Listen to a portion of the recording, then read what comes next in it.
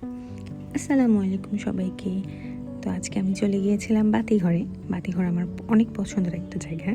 আমি ওখানে সিএনজিতে করে গিয়েছিলাম। আর ঢাকা শহরের অনেক স্বাভাবিক একটা ব্যাপার সেটা হচ্ছে জ্যাম। আমিও জ্যাম ঠেলে শেষ পর্যন্ত বাতিঘরে পৌঁছেই যাই এবং গিয়ে আমি এভাবে বই দেখা শুরু করি। প্রথমেই আমার চোখে ইংরেজি বইগুলো পড়েছিল। কিডস সেকশনে গিয়েছিলাম আর ওখানে গিয়ে ভাবছিলাম যে আবৃর জন্য কোনো বই নেব কিনা, কিন্তু শেষ পর্যন্ত আবৃর জন্য বই আমার নেওয়া হয়নি। আমি বই দেখাতেই বেশি বিভোর ছিলাম। আর ইদানিংকালে আমার ইংলিশ নোভেলস অনেক বেশি পছন্দের হয়ে গেছে। এই যে পেঙ্গুইনের ক্লাসিক্স সব এডিশন এগুলো দেখছিলাম আর ভাবছিলাম কবে কিনবো, কিন্তু আমি তো গরিব।